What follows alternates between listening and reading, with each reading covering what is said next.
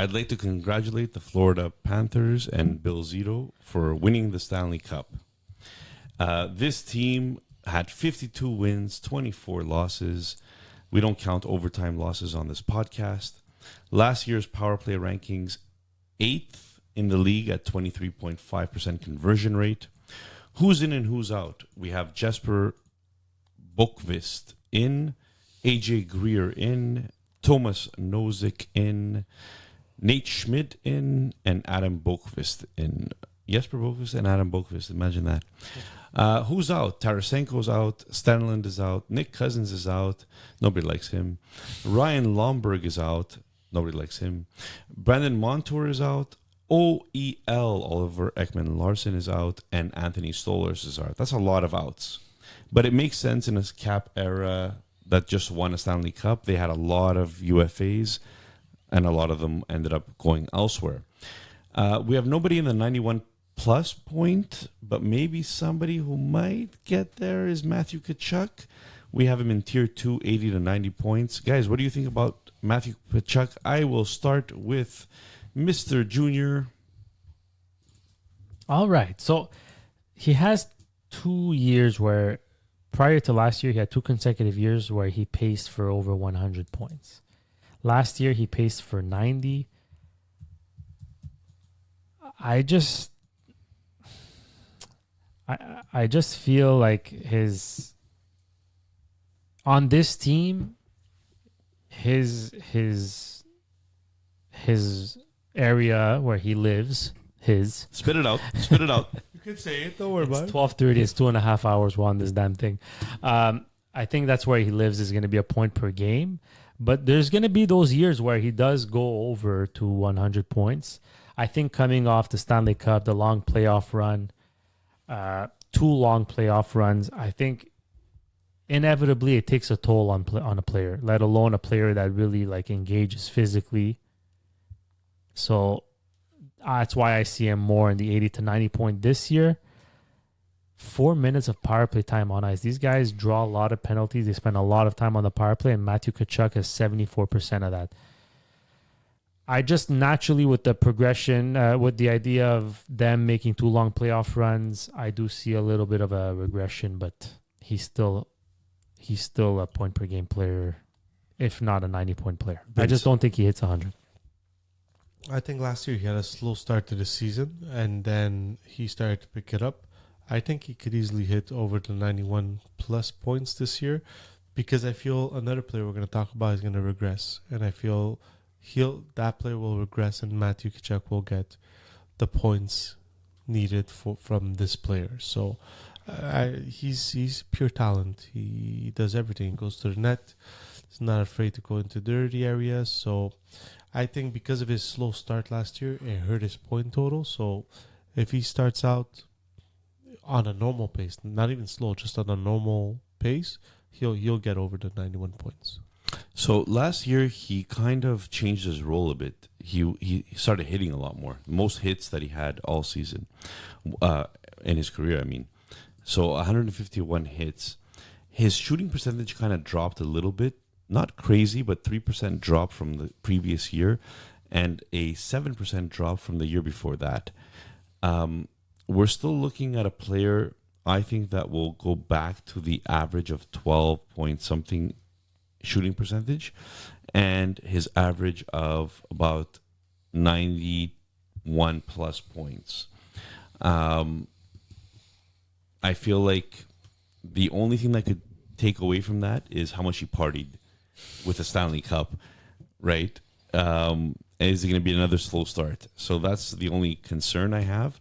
But talent-wise, he has that 90-plus point talent for sure. Yeah, I just think this upcoming season, he has a small regression. One of the most unsung heroes, and maybe not unsung anymore now that he's a Stanley Cup champion, but Alexander Barkov is a player that we put also in that 80 to 90 point range.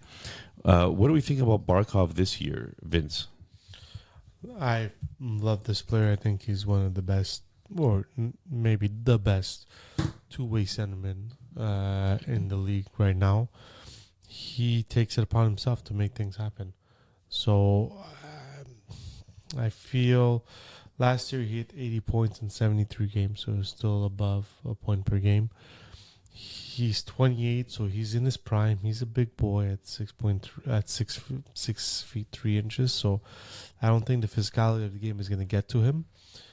So the only worry I have with him is he's had long seasons in the long playoff runs.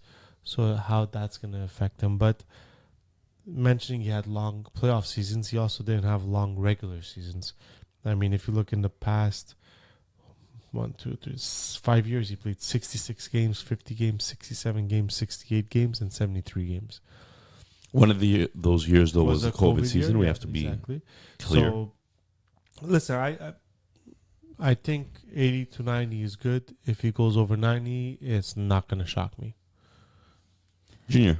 In his last 4 years, he's paced for 97, 95. Like, I think his offense, we're so fixated. I mean, everybody's so fixated on his two-way game that we just forget how lethal he is offensively as well. I mean, 97 point pace in the last 3 years. If this guy could just stay healthy, I think, like Vince said, he just needs to start playing full seasons. And now coming off 2 long playoff runs, I don't know if that's realistic, but I think he's one of the most unsung heroes. Like he's very underrated in terms of fantasy value. And I'll be honest with you, I put him out on the block, thinking, he won his cup, he might regress, but I'm going to be trading a 90 point player for what? No, Barkov is Barkov. He's one of the most valuable players in the league. And you should expect closer to 90 than 80, that's for sure. I agree with that. Not much to add. He's been very consistent in his shooting percentage. He's always putting up those 25-ish goals per season.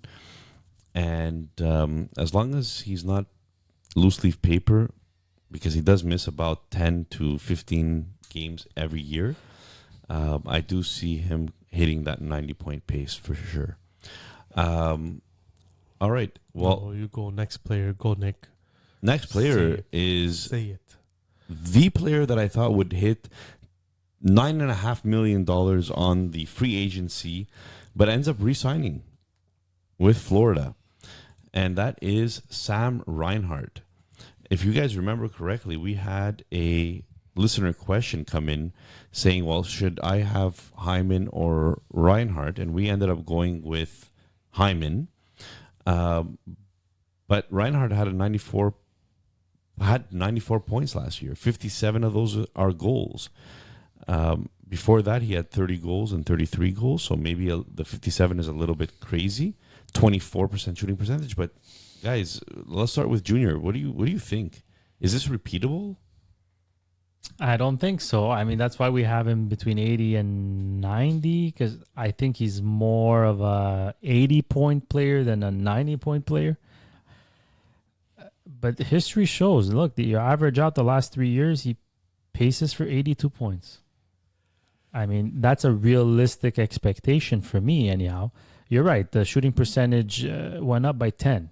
But on average, he's like at 15. 34 power play points, that could stay. I see that staying. He plays 20 minutes of ice time, 69% of the power play. Like, all that stuff I feel like can be sustained. I think his shooting percentage drops and he loses a few goals. I don't think he's a 57 goal scorer, but I think he could hit 40. I think he could hit 40 and 40. 80 points, 40 and 42. Vince, I know you think he's the regression candidate. Yeah, he's a huge asterisk regression candidate for me. I feel that 24.5 shooting percentage is not sustainable. 57 goals will not be repeated. And because of his regression, I feel that's why I had said Kachuk could go over the 91-point mark. Just because of that, I feel... Listen, I understand to say there's no taxes and all that, but I think Florida also knows that this wasn't repeatable, and that's why they gave him the contract that they did. and he didn't get the $10 million contract that we all thought he was going to get. So I would put him more into the 75 to maybe 80, but more 70 to 75 points category. And even there, I feel I'm pushing it at 75. So the next player we're going to talk about, Toronto drafted him. They give up on him. Tampa Bay had him, played him. They gave up on him. Florida had him, stuck with him. Then they continued sticking with him, and they continued sticking with him. And now he plays with Barkov and Reinhardt, who we just spoke about, on the top line of the Stanley Cup champions. 34 goals last year, 38 assists, 72 points, and the previous year, 73 points. What do we think about Carter Verhaeghe? Sorry, Junior, go ahead. I think he's slotted right. Last 3 years, averages 70-point pace. Relatively healthy guy, 76 games played, 81, 78. He fluctuates in his goals a little bit, 24, 42, and then 34. I do see him around the 30 mark, though, in terms of goals, and 35 assists, 65 points around there, which is kind of where exactly we have him a bit above that at 70. I think he'll have to produce a little bit more next year, considering the long playoff and all the pressure and the load that Barkov and Tkachuk had to carry. So I think it's fair at 70 points. You know, not everybody's going to have a regression. I think he's a candidate to kind of keep up where he left off. Every other stat is pretty stable, so I don't see any red flags for him to regress. 29 years old, contract year after this. He's a UFA, so I feel this is the season where you might actually get closer to the 80 mark than stay down to in the low 70s, just because it's a contract year. But I feel he's a 60 to 70 point player. I don't see him going into like I said, this year I see it because it's a contract year. He's 29 years old. He's fighting for probably his last contract in the NHL, and he wants to make sure it's a big contract. So this year, if he can hit the upper 70s to lower 80s, but I feel that's overachieving for him. The next forward we're going to speak about is a forward that is hated by pretty much everybody in the NHL except the Florida Panthers and their fans. This person is a little bit of a loose leaf paper, but doesn't play like it. He's a big-time hitter and shoots the puck quite often as well. We have Sam Bennett as Matthew Tkachuk's most favorite line mate. Vince, what do you think about Sam Bennett's chances of hitting that 60 to 70 point tier that we have him in? If he plays a full season, I see him maybe hitting 60, the lower end. But even though he hasn't proven he can play, especially in the last few years, he hasn't proven he can play a full season. And if he does, I still think it's low 60s if he gets there. I feel he's more of a 50 to 55 point player. So I feel he's more of the gritty guy, get under your skin type guy, and then give it off to the guys who have the offensive talent to get the points. Junior? Same. I think he can hit 60 points. It's also a contract year for him. He does play with Matthew Tkachuk, and if to Vince's point he thinks Tkachuk goes up a notch, then naturally I think Bennett can go up a little bit to try to hit that 60-point mark. But I think for me, Sam Bennett is a 50-point player, 50, 54, 50, between 50 and 55-point player, more so 50.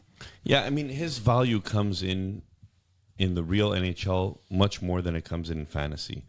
And I think that for a former 4th overall pick in 2014, he's never lived up to that type of hype. Good to have in banger leagues. Yeah, good to have in banger leagues. 171 hits is nothing to sneeze at. I just don't think that... I mean, he averages 50 to 55 point paces. It's nothing that really I would write home about. Is there anybody else on this team that could possibly hit the 60-point mark for us? I don't think so. I'm curious to see what kind of bounce back year Lundell can have.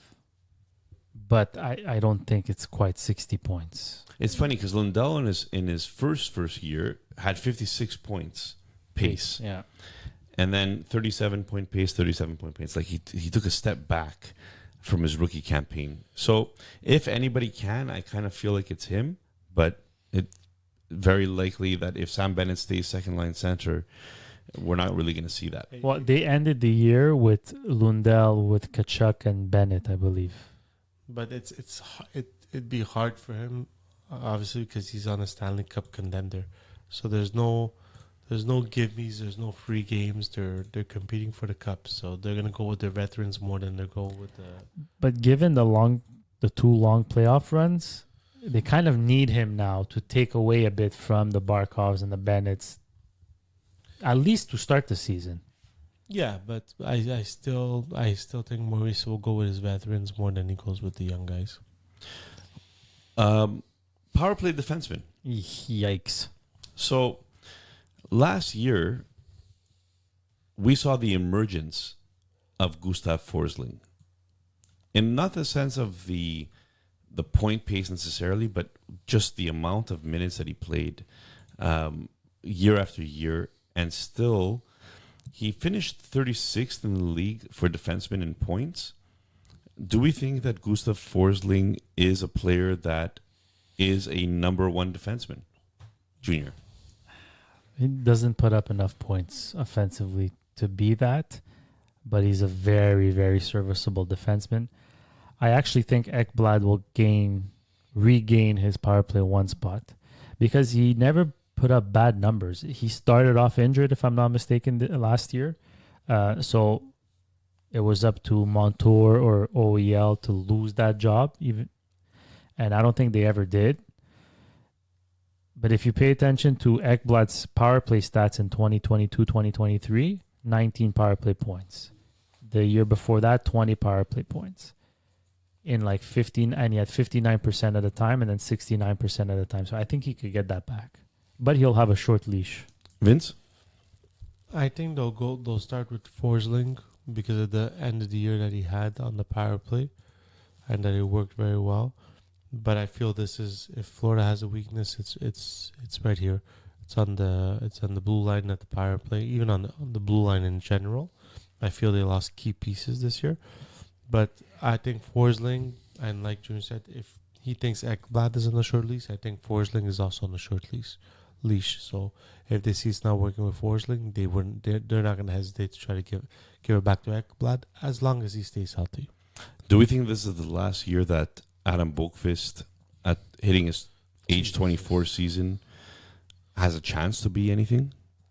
As a power play, like he came into the league as a power play specialist, you know, offensive defenseman. I think they got him as power play insurance because I think if they can avoid giving Forsling those extra minutes on the power play, they would. And he only had 10% of the power play. Only had 2 power play points last year, Forsling. So I do think Boqvist could be the power play 2 guy with potential to maybe be power play 1. I don't see it, but he might have the opportunity. I think this is the opportunity for Boqvist to, at the end of the day, decide what he wants to be in the NHL. Well, you're on the case, Bobrovsky. Because Bobrovsky was on the case last year as a Stanley Cup champion, and I think the first goaltender in the 10 million plus mark to win the cup. 915 save percentage, 237 goals against average. He was 6th in the league in goals save above expected at 5-on-5. He comes in as the number 1 goaltender on this team. At $10 million, are we doubting Bobrovsky? Vince? I'm not doubting Bobrovsky. I just think Florida lost too much depth on the defensive end with Montour and Ekman Larson that he won't be putting up the same numbers he put up last year. I'm not gonna say he's not serviceable. He'll be a very serviceable goalie, but the team defensively was structured very well, especially on their defense, on the defenseman side. You lost two big pieces. You basically lost your number 3 and number 4 defenseman, and you replaced them with, in my opinion, lower end defensemen. So there's gonna be a struggle there adapting to the system. So I think his numbers will diminish. And then listen, once famous words from Bergeron, right? You never know what's gonna happen in the playoffs. He gets hot like he did in the playoffs. They can go for another cup run. Look, in the last 3 years, he had 60% quality starts practically. So Bobrovsky is who he is. I do think if he can play less than 58 games, it'll do him some good, especially not having a great support system in front of him. They signed Chris Dreger, who they used to have, and then went to Seattle. But I'm more intrigued about Spencer Knight. I want to see if Spencer Knight is able to regain his form and his mental health and come back to being at least a backup. Perhaps in an ideal situation, he's a 1B, but it all depends where he's at. So he had entered the player assistance program last year. No games played for Spencer Knight due to OCD. So that's interesting. There was a lot of speculation about why he entered. Hopefully he's better and he's recovered, or at least has the tools in order to live with the OCD better. And he comes in as the heir apparent to Bobrovsky and probably the backup for this year. Now, we'll see what happens. They do have the insurance, like you said. I think he played last year, Nick, in the AHL. No NHL played in the games. NHL. Oh, sorry, yes. Because AHL, 25 wins, 14 losses, 5 ties, .905. It's not a bad stat, but I agree with you. It's all as long as mentally he can bring it up to the NHL. Because is he waiver Eligible? I don't think so. No, because he's on a second contract already. Yeah, he's waiver. Either way, he's waiver bound. So they He's either not start waiver him- exempt. He's not waiver exempt. Yeah, exactly. So that's it. So I don't feel they're gonna throw him in the AHL if it's either he stays in the AHL or he's staying in the AHL. $4.5 million salary. Yeah. Yeah. So that's it. Okay. Moving on to their top prospects. Well, there isn't much. Yeah, boy. You go, Because- Nick. Because at the end of the day, Guys, he is waivers exempt. Oh, even next year? That's what it's according to cap wages. He's waivers exempt. No. Okay. okay. So He's only 23. It makes sense. top prospects: Samoskevich, Who? Surdiff, What? and Sachin. Now, Sachin is an interesting one for me because he had a great year in the WHL last year with the Edmonton Oil Kings, 43 points in 37 games. But WHL, they do put up pretty big numbers. Yeah. So you could take that with a grain of salt. You need to see point per game or above to Yeah. be any relevant fantasy-wise. He's still a little way away, though. I don't see him starting No. in the NHL.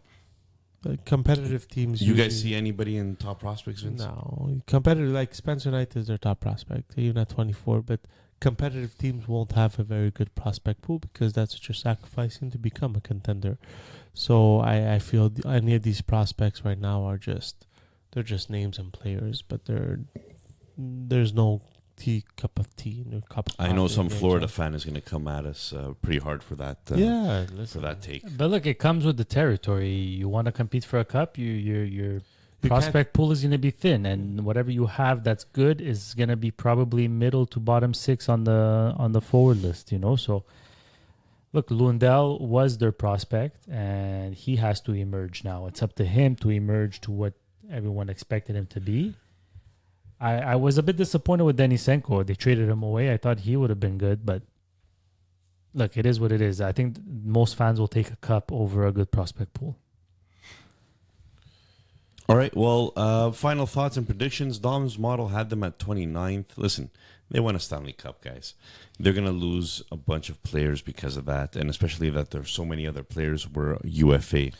The core pretty much stayed intact. They did lose some depth, and Montour and OEL are big losses. You know, you lost your number 3 and your number 4 defenseman right off the bat. So that's pretty big losses there. Still a playoff team. Still a competitor. Contender. Florida should still enjoy. A lot of their players are young as well. You know, the Kachuk is young. The Kachuk, by the way, I like saying that. And 52 wins last year. We'll see what kind of regression there is there. But it looks good for Florida moving forward.